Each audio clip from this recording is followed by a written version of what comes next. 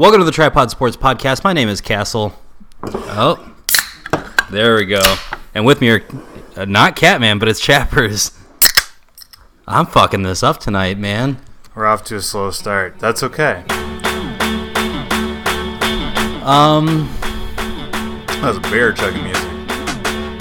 So, Catman is out tonight. He's on his way to St. Louis tomorrow, and he's going to go do professional things. So we have to be professionals and cover without him.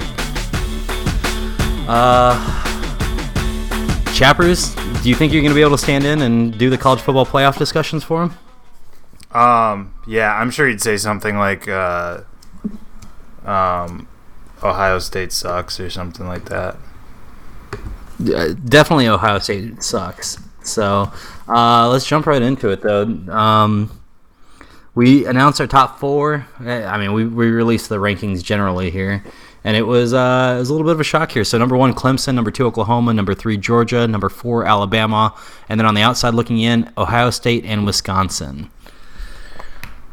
Nice shakedown. I think Clemson and Oklahoma, I would say they deserve to be there. Georgia, big win over Auburn.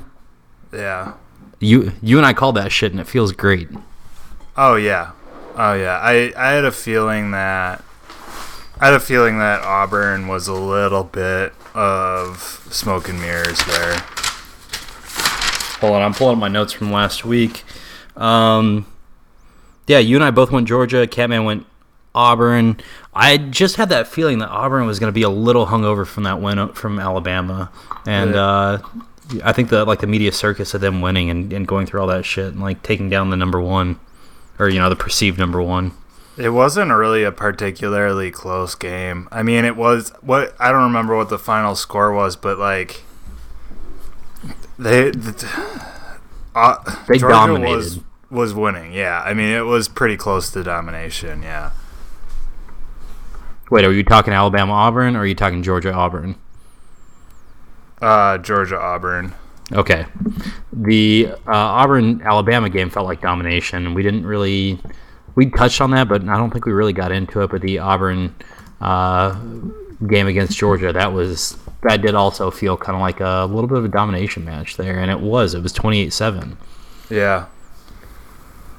Yeah, and like they kept it close towards, I think through like 3 quarters or something like that, but even then, like, it just didn't feel close. I mean, it didn't look like Auburn was winning at the point of attack. Like they were getting beat. Well, they had the lone points on the board in the first quarter, and Georgia put up 10 in the second, and they came out and put up another 3 in the third. I mean, like, they just kept chipping away, it felt like it, and Auburn just came out and they scored, and that was it. That was it. I don't think none of these, like, except for like Wisconsin, Ohio State, none of these matchups were particularly great. I mean, it was kind of a shitty weekend for, like, if you're looking at a pure competition standpoint. USC Stanford was a close matchup, but I mean that's Pac-12 conference championship there. Nobody really gave a shit for some reason. Yeah, no one was paying attention to that because everyone just figured it didn't really matter. I mean, right? It didn't. It didn't. Yeah, that was number. What were they, like number 10 and number 12 or something? Yeah. So I mean, obviously it didn't matter, but Darnold looked good. I just pulled up the box score there: 325 yards passing in that game. Do you think he still pulls back on but honors his promise to not go pro next year? I don't know why he would do that. I mean, I don't know what he's going to do. I can't begin to imagine what he's going to do, but I don't know why you would do that. Right. That's insanity to me. Like, he's not a like sure thing, a lock for like the number 1 overall pick, but he's a lock for a top 5 or a top 10 at least. And like, why would you pass that up? Get your opportunity to go, get on that second contract. Like, why risk blowing your knee out next year? That's true. But it's a little bit easier for a quarterback to overcome that knee injury, though, especially with somebody like Darnold's talents, where he's a little bit more of that pocket passer at times. Sure, I don't know. I'd take the points, man.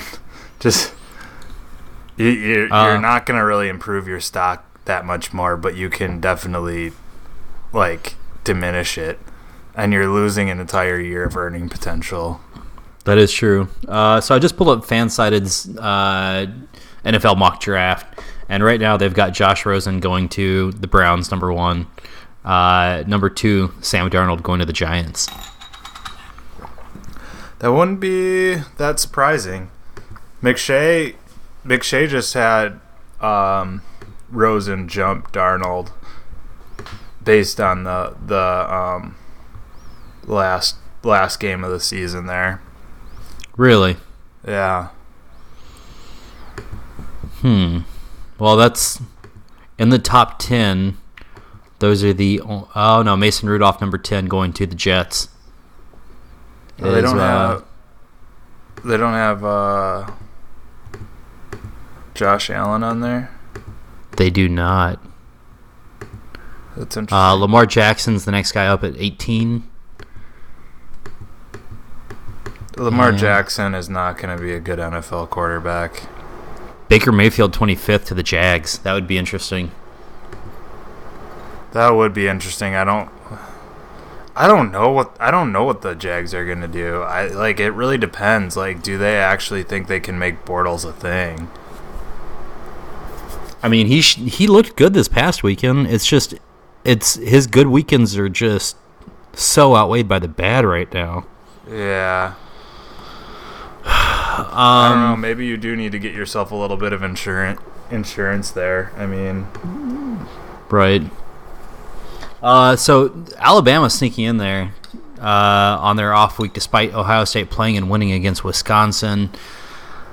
What do you think? I mean, Ohio State was number 8. I don't have a problem with it. I mean, I can see the argument both ways, but I really don't have a problem with it. And the reason why is like their only loss was on the road at a tough matchup. I mean, they're Alabama. Like I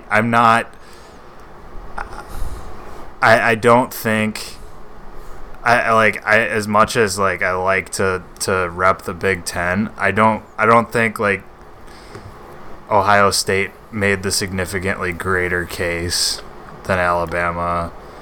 And I think that's just because the system is flawed, not necessarily because the committee made the wrong choice. I think the committee did fine.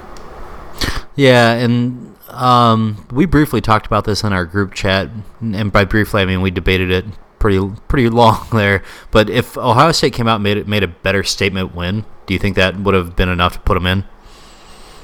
Might have been. Because I think so. I mean, if they came out and put up 28 points, in the first half and held Wisconsin to 0 all the way through, and even halfway through the fourth when they let them score a touchdown, that's fine. I think that would have been the statement win that they were looking for to make it in. Well, I think if they would have gotten a win similar to the win they got against us the last time we played in the Big Ten championship game against them, like where they just fucking dick slapped us, like they probably needed a win like that. I mean, the Iowa loss just really fucking stings. Because I was not good, and they just absolutely crushed Ohio State. And that is a really hard pill to swallow if you're the committee. Like, that's pretty bad. So, well, this is where it gets interesting. With that loss at Iowa, do you feel like Urban almost... It's like he let the guys get too full of themselves, which is not a traditional Urban thing, I feel like. I don't know what I have no idea what happened, but they paid for it. Yeah, I mean it ruined their chance there. The loss to Oklahoma, that's acceptable. They're in the top 4 there. The loss to Iowa, it's not excusable at all. Right.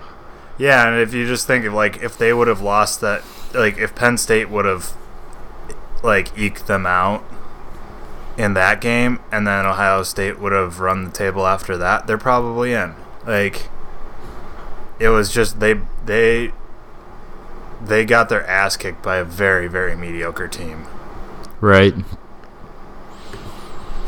What else? Anything else from college football we need to touch on? UCF went undefeated. What are they now? 12-0? Yeah. Or 11-0? If we had an 8-team playoff, they'd be in it. They would. If we had the 8-team playoff, where would they be at? Actually, they wouldn't even be in it. They're ranked number 12 by the committee right now. Instead, but, I would if there was an 8-team playoff, they'd probably get one of the wild cards, because it's put the team from the weaker conference in there that ran the table, give them a shot. Yeah. Otherwise, it'd be Ohio State, Wisconsin, Auburn, and USC, which those aren't bad teams to have in the expanded playoff. I think I'd pull Auburn out and put Penn State in. Yeah, I'd pull Auburn out. Yeah, with 3 losses, and then you already had your shot. Yeah, that's what I would do. I mean, we all know that we're just going to run status quo for at least another 2 or 3 years. At that point, though, it'd be great to see the expansion of the playoffs and go, 2 rounds. Or I guess technically we're 2 now, but two play-in rounds and then the championship game. Yeah, I think that would be. I think when you get expanded, you're still going to have debates over who should make it or who shouldn't, but I don't think it will be so, I guess, quote unquote unjust. I don't like using that term in sports, but for the teams that don't make it, because if you don't make it, you don't make it for a reason, and even if you got screwed a little bit, you at one point in the season played yourself out of it. You don't get a team that should have been in and had the chance to win a national championship. I think that I really do think 8's an appropriate number, but the Queen brought up a really good point this week that it's kind of been rattling through my head, that an 8-team playoff would be great for the students as well, because I mean, what's the figure? It's 1% of college football players go on to play in the NFL or something stupid like that. It's not a lot.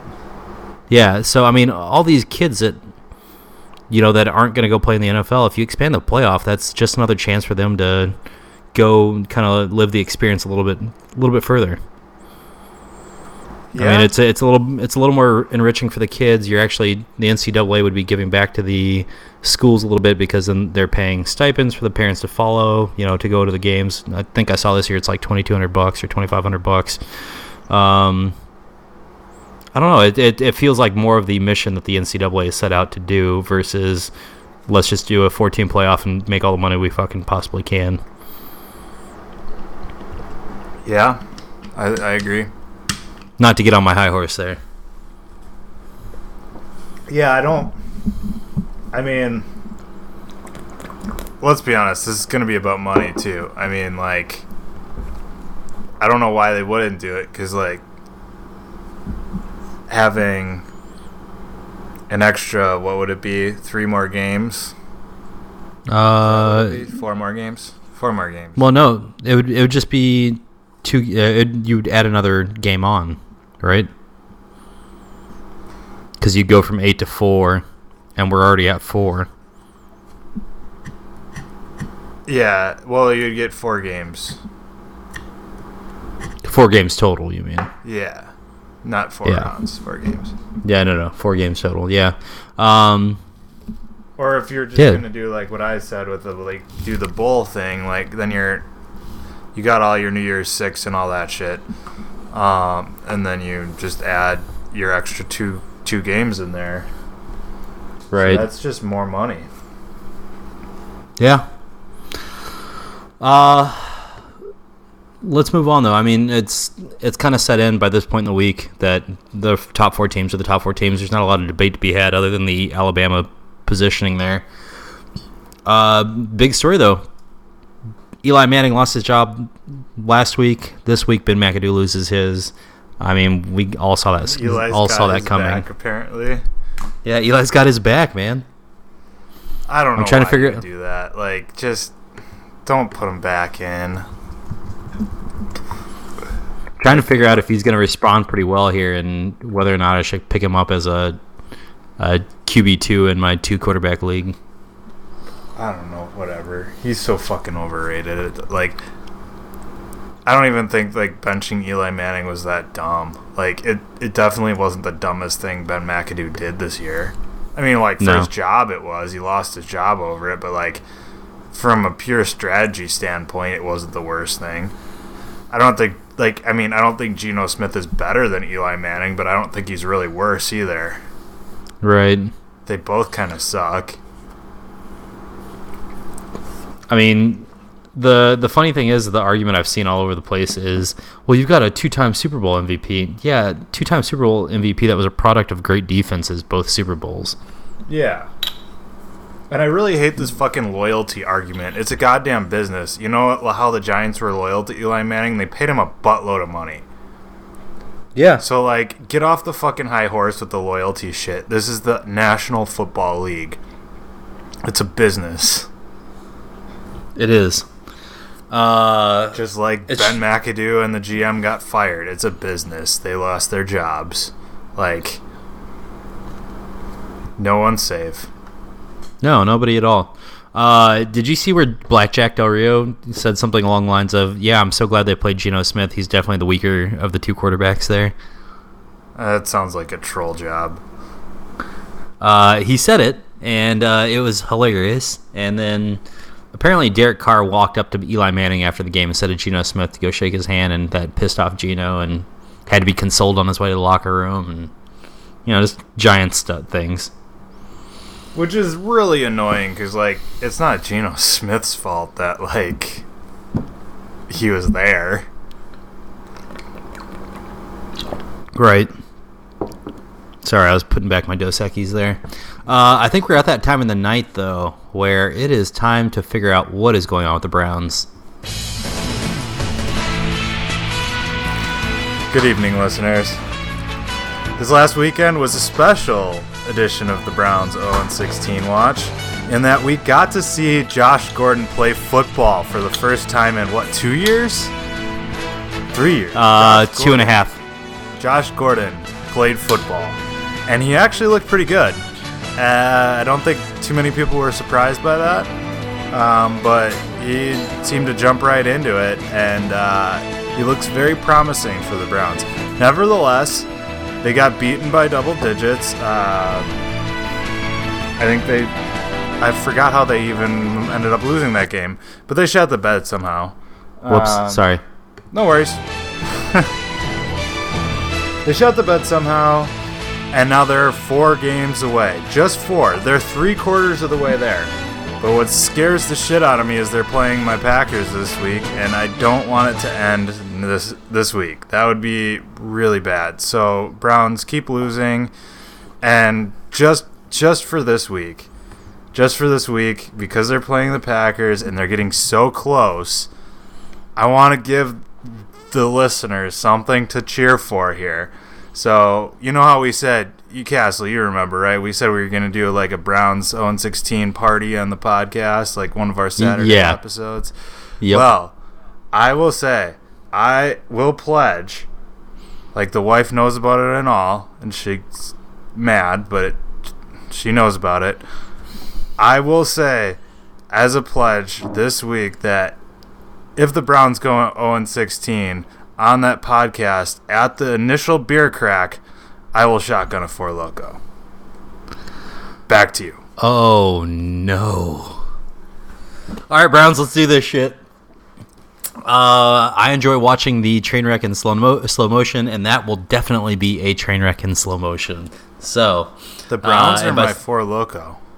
Why not both? I was planning on drinking it kind of fast, but yeah, but I guess no. If you drink it all at once, it's gonna hit you all at once. So have fun. I mean, I have, like, my tolerance has kind of hit a wall over the years, but I can still chug like a champion. Right. So within an hour of starting this podcast, are you gonna be asleep? No, but I might be saying some stupid shit. which So I don't think anyone's complaining about. No. I think our best episodes are when we get drunk on Saturday mornings and do a podcast. Yeah. Although I will say the episode last week was pretty good, though. We're just gonna circle jerk the rest of the episode. We might as well, huh? Yeah. All right. Off the circle jerk. Ben McAdoo got fired. Brown Zone 16 report. Last but not least, we have the prison fight that occurred the other night. Yeah, some people said it was a football game. No, it was a prison fight. It looked like, you know those prison riot like videos that you've seen like on TV? Like that's what it looked like on the field. All of a sudden, everyone just goes berserk and like people are stabbing. It was crazy. Like they must practice stabbing. You know, like they do it so quickly. It's so like you can barely see their hand moving. It's like they have to like practice that. Like much like a boxer like works a bag. Like you have to. Yeah. You have to keep that shank hand nimble.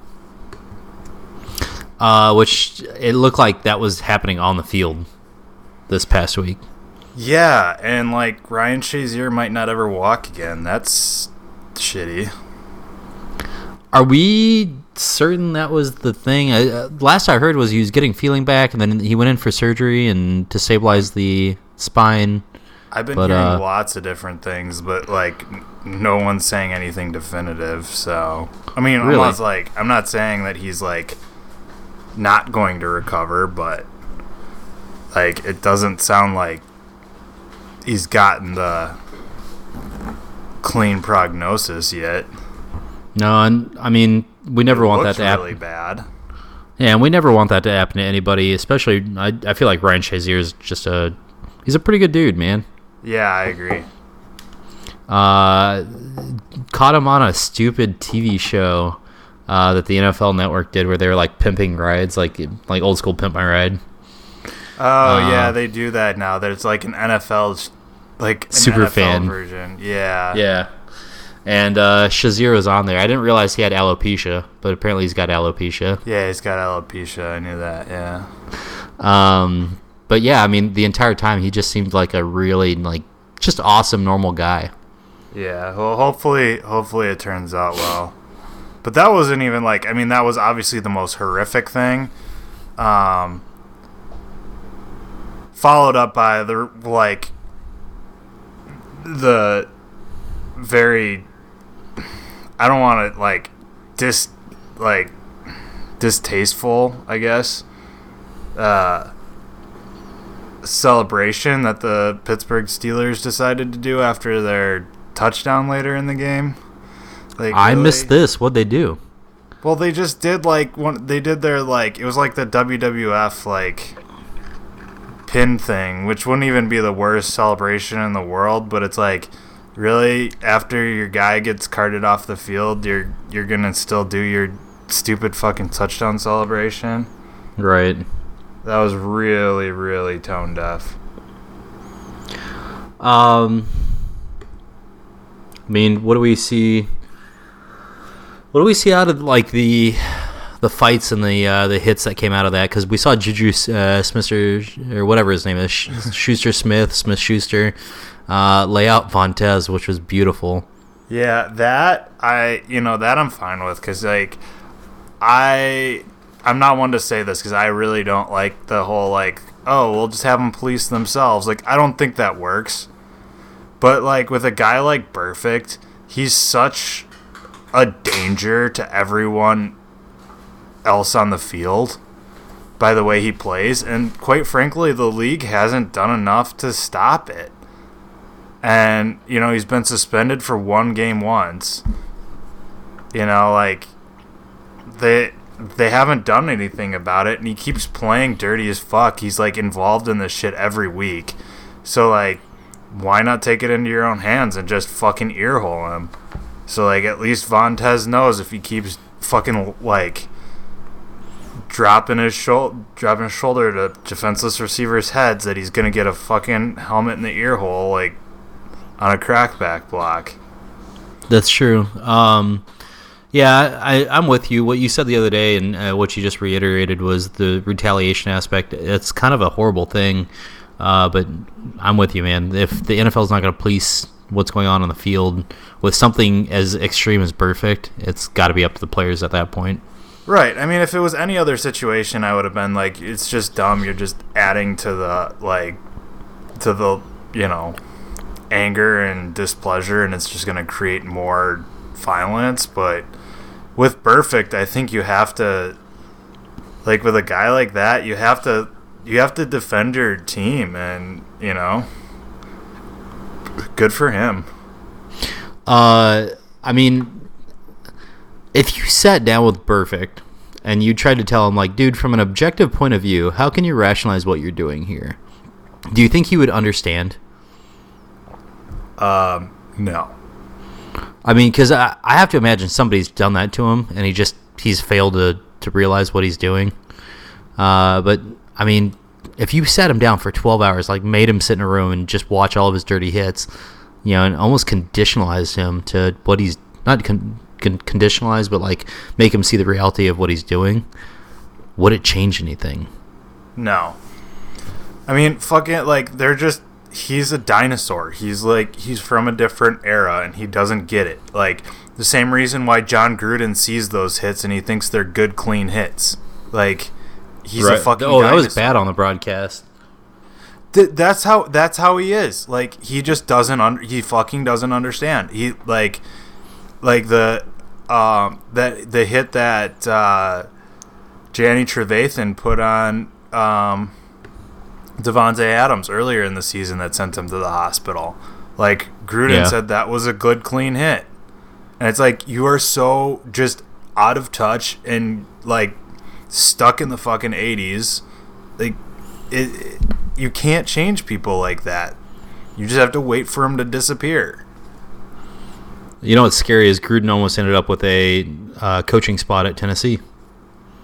I would have loved for him to get a coaching spot at Tennessee so I don't have to fucking listen to him on Monday nights. He sucks. Yeah. He's the worst commentator outside of Matt Millen that I've heard in a while. I used to really enjoy Gruden, and something happened. The switch flipped this year, and I it's not that I fucking despise his voice. It's just, it is the little things he says here and there. It drives me up the wall. And he's gotten worse. Like, he's always annoyed me, but, like, he's definitely worse. Like, he tries to push back against, like, against the safety culture, and, like, he's complaining the entire time, and he doesn't do his fucking research. He's making shit up, like, as he goes about, like... He is literally the opposite of PC Principal. Yeah. Yeah. I guess. I mean, kind of. What do you call that? Like... You call it enabling? He's a ableist? Ableist? PC? Is that... Oh, okay. I don't know. What do you call that? Making America great again? I guess so. Speaking of fantasy football, I sent you my lineup for the Tampa League that I'm in. You took a look at it, and you gave me a piece of advice, Deion Lewis over Jarvis Landry. I'm still just not sold, man. I'm Team Landry, by the way. Not Team I know you are. Yeah, I'm Team Lewis right now. In targets, man. That New England's defense is tightened up. The other thing here is Deion Lewis had his highest rushing totals when they just played the Dolphins a few weeks ago. Yeah, but literally 2 weeks ago. Yeah, so Belichick's gonna do his little switcheroo thing, and he's gonna play James White or like Mike Gillislee or Rex Burkhead or like the fucking backup fullback or somebody off of somebody else's practice squad that he just signed. Like, that's what he does. He fucks with you. Like, you never know who's getting the ball. I don't ever trust one of his running backs. I would trust Jarvis Landry, who will get peppered with targets in the slot. Like, it doesn't matter if the Patriots play well on defense. Like, he's gonna be a garbage time fucking hero. They're gonna be playing give him 30 yards of fucking cushion because they're up by 50 fucking points in the second half, and it's just gonna be fucking 15-yard slants to Jarvis Landry over and over again. All right. Well, I put him in, just so you know. Okay.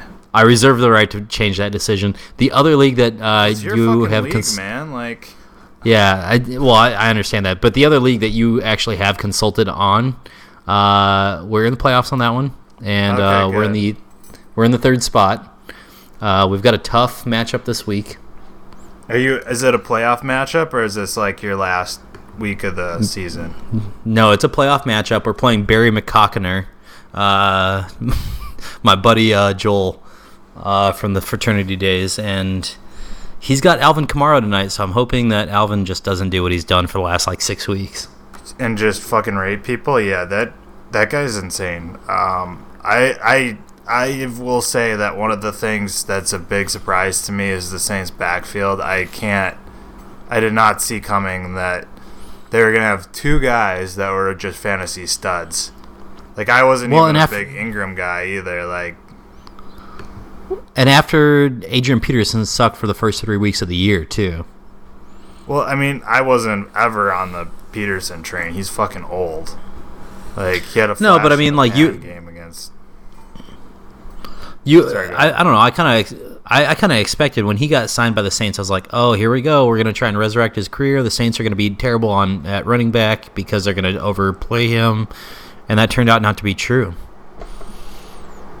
You know? Yeah, I think Kamara fits their game plan perfectly. I mean, and they've had situations where, like, he can play in the slot too. So, like, they have them both on the field at the same time sometimes, and it's like it's a matchup nightmare. Sean Payton is a really tough, like, X's and O's wise, he's pretty fucking good. Bounty wise, he's pretty fucking good too. Yeah. Sorry, Troy. Just had to make the easy joke there. Otherwise, that fraternity league, I mean, we're looking okay. We've got Stafford's questionable. I might have to go out to the waiver wire for that. Oh no, this is my Tampa league. My bad. I was gonna say Stafford's the best quarterback you got.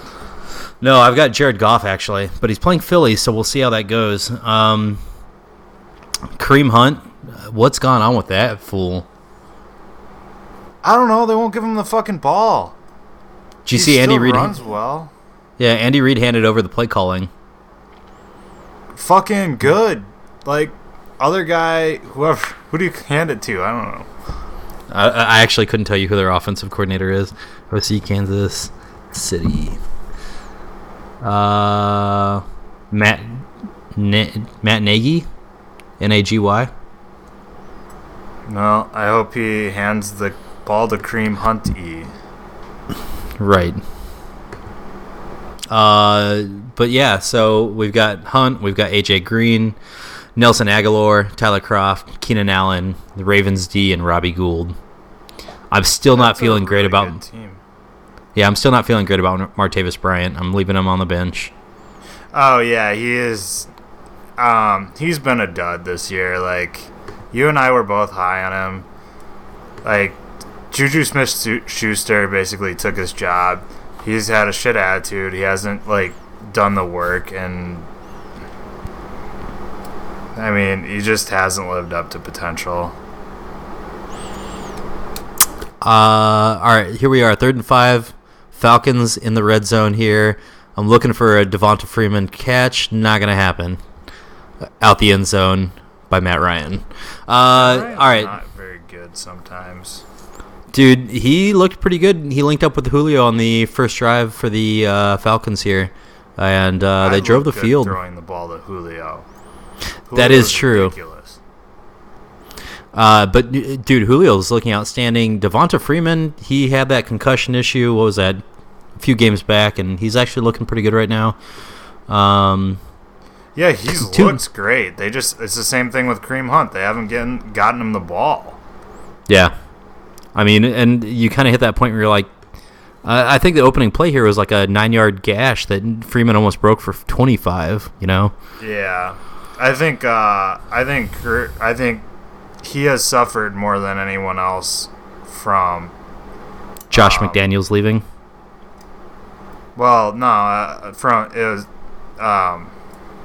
Not Josh McDaniels. Oh, yeah, sorry, my bad. Kyle Shanahan. Kyle Shanahan, yeah. Yeah.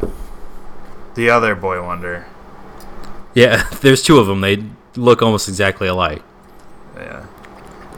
And then they both just got ghosted by Sean McVay, who I'm just going to call the good doctor, even though I know he's not autistic. Dude, he is... I mean, you were kind of talking shit about what he was doing with Goff before the play with the quarterback headset. I don't blame him for doing it. I'm just saying, like, I'm not sure how I feel about the practice, and I think it could get outlawed, but, like, I don't blame him for doing it. Like, if it's legal, absolutely, like, go for it. Like, I don't think it's in bad spirit. Like, there's nothing in the rules against it. I'm sure other coaches do it. He's just doing it better.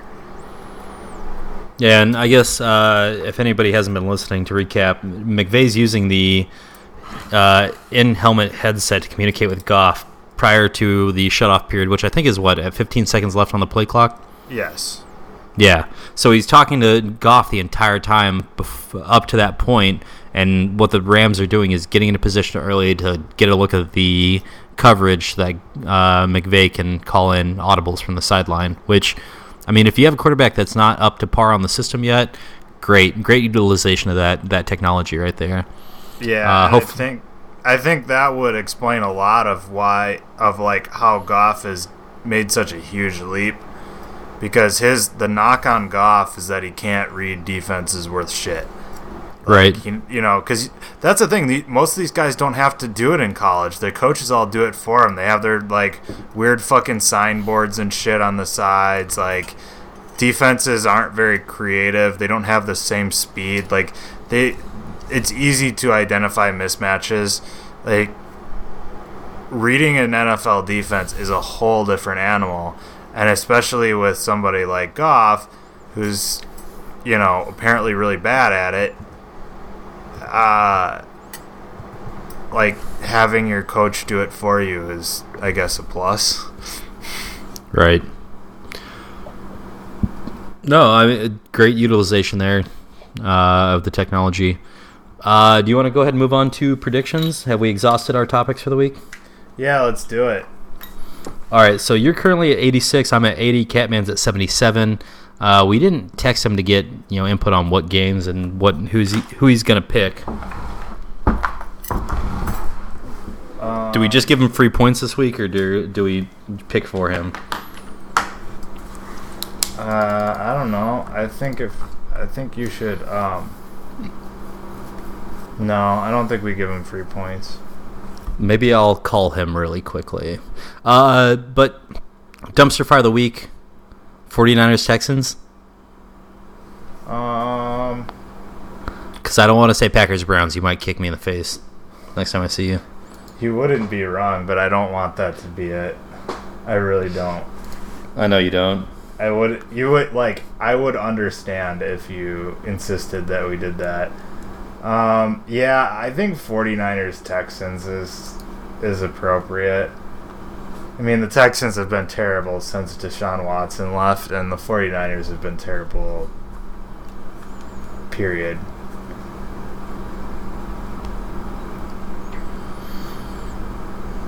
All right. So 49ers Texans game of the week. Do you have anything in mind? How about Eagles Rams? Great. That good enough for you? Yeah. All right, you and I are going to make our picks, and then I'll try and call Catman and see if we can get him on the line real quick. So Eagles, Rams, who you taking?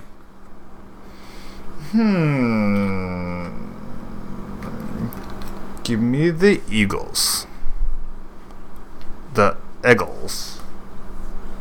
And while I do have Goff, I'm going to go with the Eagles as well. I think that defense and the fact that they're probably going to be scheming against the fact that they're going to try and pull the Minnesota and change coverage last second after the mic cuts out, I think, and try and control Goff that way. I think the way you're playing, if you're the Eagles, you have to do anything in your favor to make sure you win this game. 49ers Texans. This is a little tough. You got Jimmy G in command now. Yeah. Who didn't look that bad last week. Well, he's not. I don't think he's that bad, period. Yeah. I am going to go with the Texans. Really? Yeah. I don't feel great about it, but like they got the home field advantage. And San Francisco is still pretty bad. I'm going home field. I'm going opposite pit strategy here, and I'm going to go with the 49ers. Let's see if we can get Catman on the phone here. He's not going to be able to hear you, Chappers, just so you know. But if you make any comments, I will make sure to relay them. Come on, Catman. Hello? Hey, I need an answer for you. Eagles versus the Rams? I will take the Rams. The Rams, okay. And then 49ers Texans. Oh, fuck. I'll take the Niners. All right. That's all I need. Thanks. Thank you. Love you. Bye. Bye. All right. You surprised by that one? I'm a little surprised he took the Rams. I am too, but it's almost like he felt the opposite pit strategy coming into play there. Was he just assuming we were taking the Eagles? Probably. Like breaking works news, out we're there, not though. doing this live, so. Right. Yeah. All right. I think that's it, man. It went pretty well. Just the two of us this episode. We have guests that we're trying to line up for you, our listeners. We've got Reggie, the tour manager of Red Gold Green. Hopefully we can have him on during bowl season because he actually took to watching college football this year. It'd be nice to have him on to hear like a new perspective, I guess. Andre, but Andre, otherwise known as Gold from Red Gold Green, looking to be on as well. And then long shot here, if he's not busy, Gold's going to put us in touch with Corey LaJoie, the NASCAR driver. Oh. And maybe we can start the fuck Jeff Gluck campaign with Corey LaJoie, because I don't know if they have the best blood relationship there. Oh, boy. Oh, yeah. Let's do it. Let's go after him. To be fair, though, Gluck got roasted on Twitter this week, and I almost felt bad for him. So, with that. All right, Brett Hundley. Hopefully you can, not shit your pants in this one, because we need another win. Might be able to get Aaron Rodgers back. And plus, you want to keep the Browns defeated, because then you have that chance that I'm going to shotgun a Four Loko!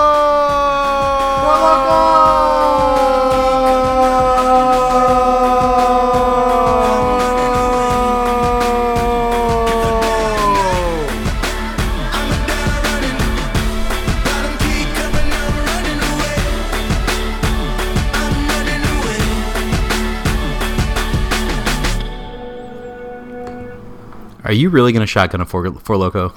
Yes, sir.